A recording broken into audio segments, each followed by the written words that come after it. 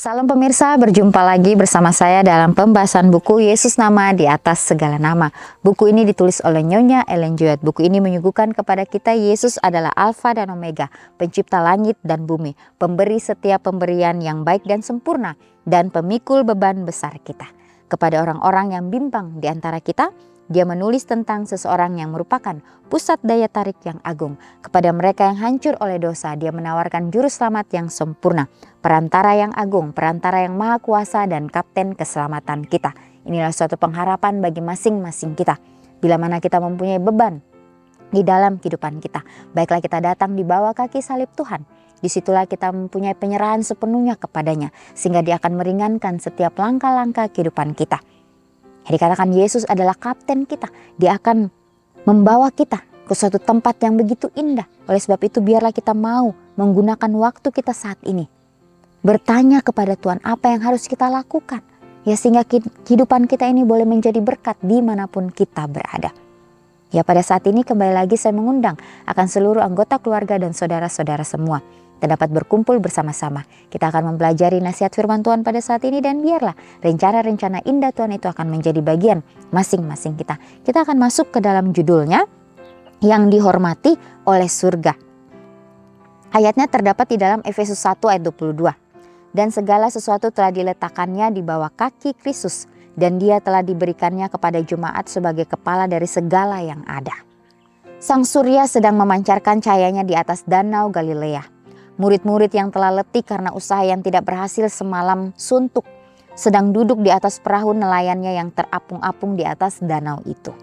Yesus telah datang untuk berasing di tepi danau itu. Ia berharap bahwa pada pagi buta ini ia akan mendapat sedikit waktu untuk beristirahat dari kesibukan melayani orang banyak yang mengikuti dia setiap hari. Tetapi tidak berapa lama kemudian orang banyak itu mulai mengerumuni dia. Jumlah orang banyak itu dengan cepat bertambah banyak sehingga ia terdesak dari segala penjuru. Dan sementara itu murid-murid telah mendarat untuk menghindari desakan orang banyak. Yesus naik ke perahu Petrus dan meminta padanya agar menolak perahu itu agak jauh sedikit dari tepi pantai. Di sini Yesus dapat dilihat dan didengar oleh orang banyak, dan dari dalam perahu itulah ia mengajar orang banyak yang berada di pantai. Yang tadinya kita melihat bahwa rupa daripada Yesus ini orang pun tidak mau memandangnya. Yang tadi saya sudah katakan, bahwa dari sifatnya, dari pembawaannya dan tingkah lakunya, bagaimana Kristus memancarkan sinar kemuliaan itu kepada setiap orang, sehingga orang-orang rindu mendengarkan akan pembicaraan yang Yesus berikan kepada mereka, rindu mendengarkan akan firman Tuhan itu yang Yesus bawakan kepada mereka. Yang tadinya Yesus ingin beristirahat sejenak, ingin berhenti sedikit waktu saja.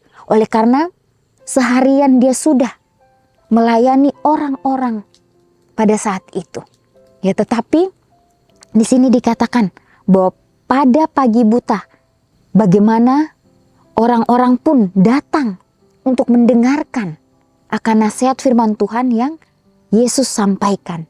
Dan di sini juga jumlah orang banyak itu dengan cepat bertambah banyak sehingga ia terdesak dari segala penjuru.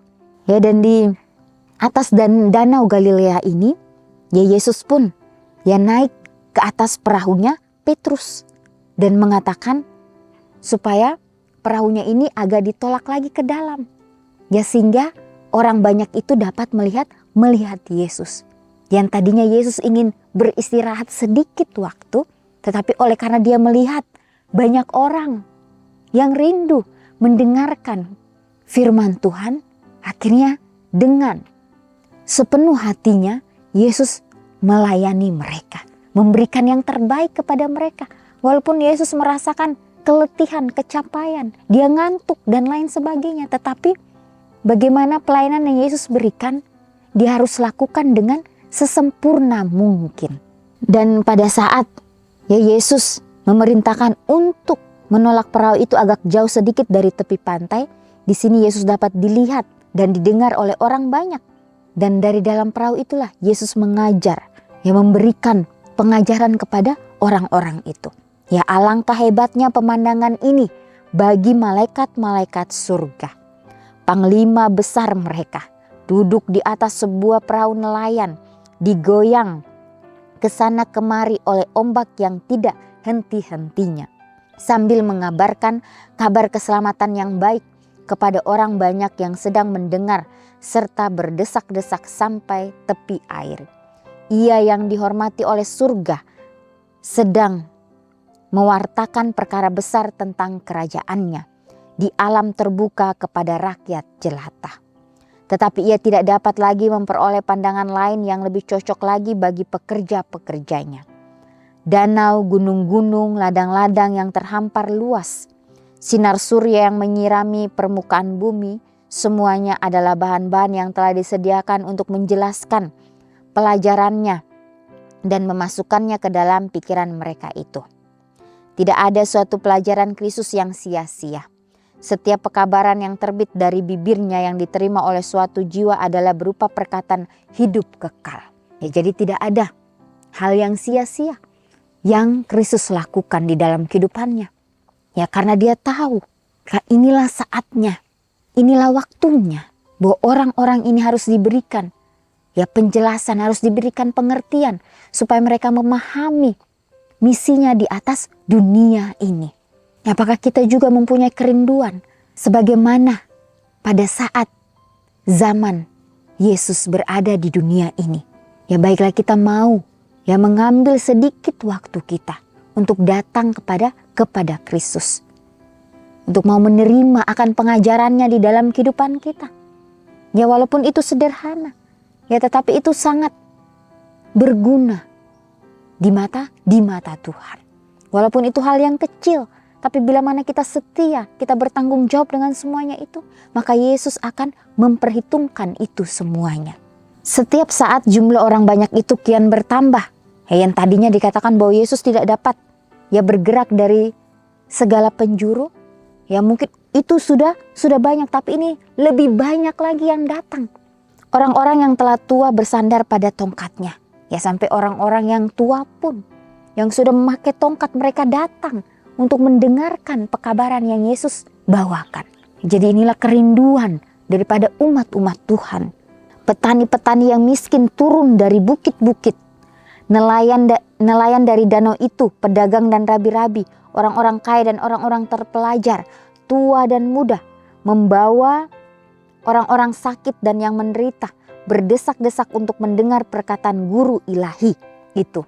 Ya, pemandangan inilah yang telah dilihat oleh Nabi terlebih dulu.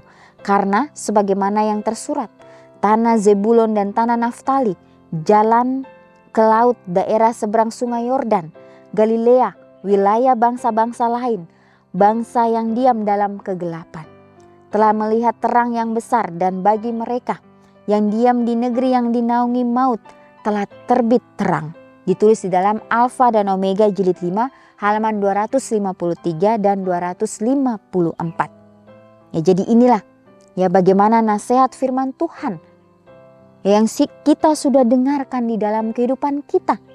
Ya, bagaimana Tuhan yang memberikan kita jalan yang terbaik di dalam kehidupan kita masing-masing. Dikatakan orang-orang yang tua ya bersandar pada tongkatnya.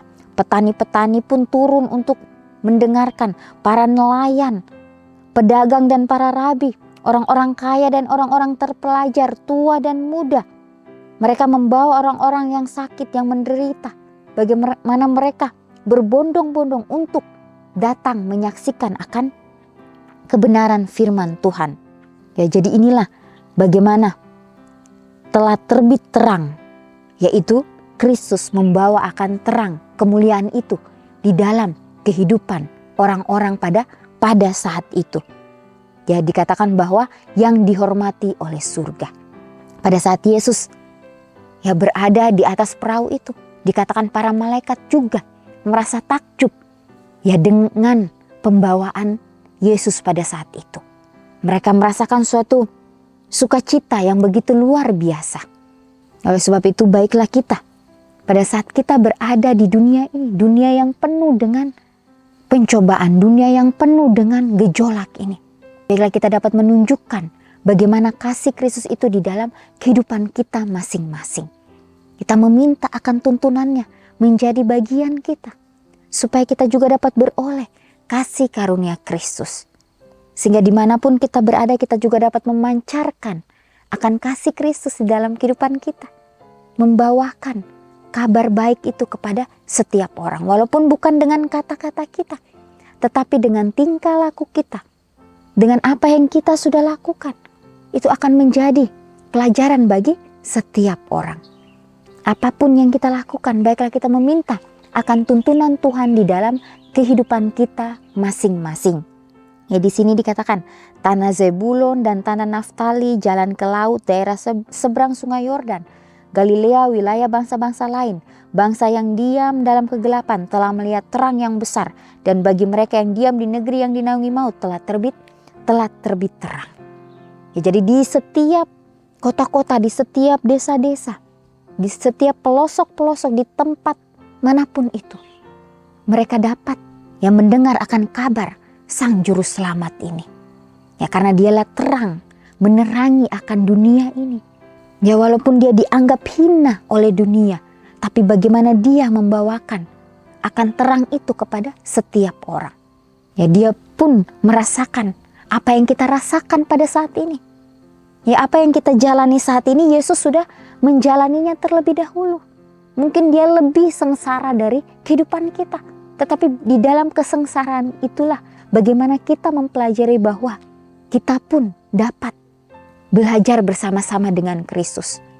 Memberikan yang terbaik kepada setiap orang. Bagaimana kita juga jadi peringatkan untuk mempunyai roh kerendahan hati itu. Untuk dapat yang menjadi saksi bagi setiap orang. Ya, kalau kita mengingat kembali bagaimana murid-murid pada saat itu.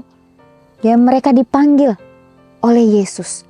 Mereka langsung mengikuti Yesus. Mereka tidak memikirkan apa yang akan mereka pakai, apa yang akan mereka makan, mereka harus tinggal di mana. Tapi mereka mau mengikuti Yesus karena mereka tahu inilah Sang Juru Selamat itu yang memberikan mereka kelepasan, memberikan mereka kelegaan.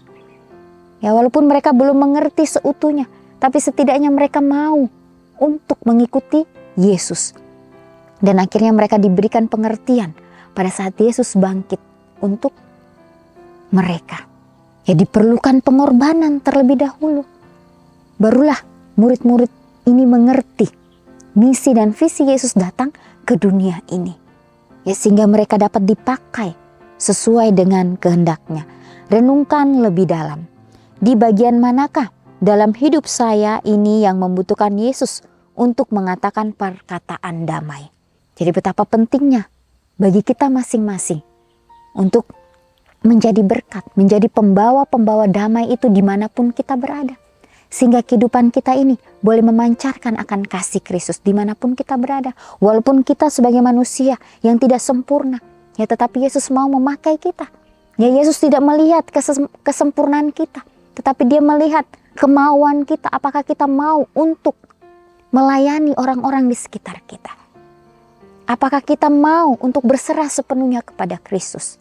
Ya, inilah pertanyaan bagi masing-masing kita. Biarlah nasihat firman Tuhan pada saat ini dapat terus memberikan kita kekuatan, memberikan kita semangat yang baru untuk terus belajar hari demi hari. Ya pemirsa, kita akan berjumpa lagi di kesempatan yang berikutnya dan Tuhan memberkati.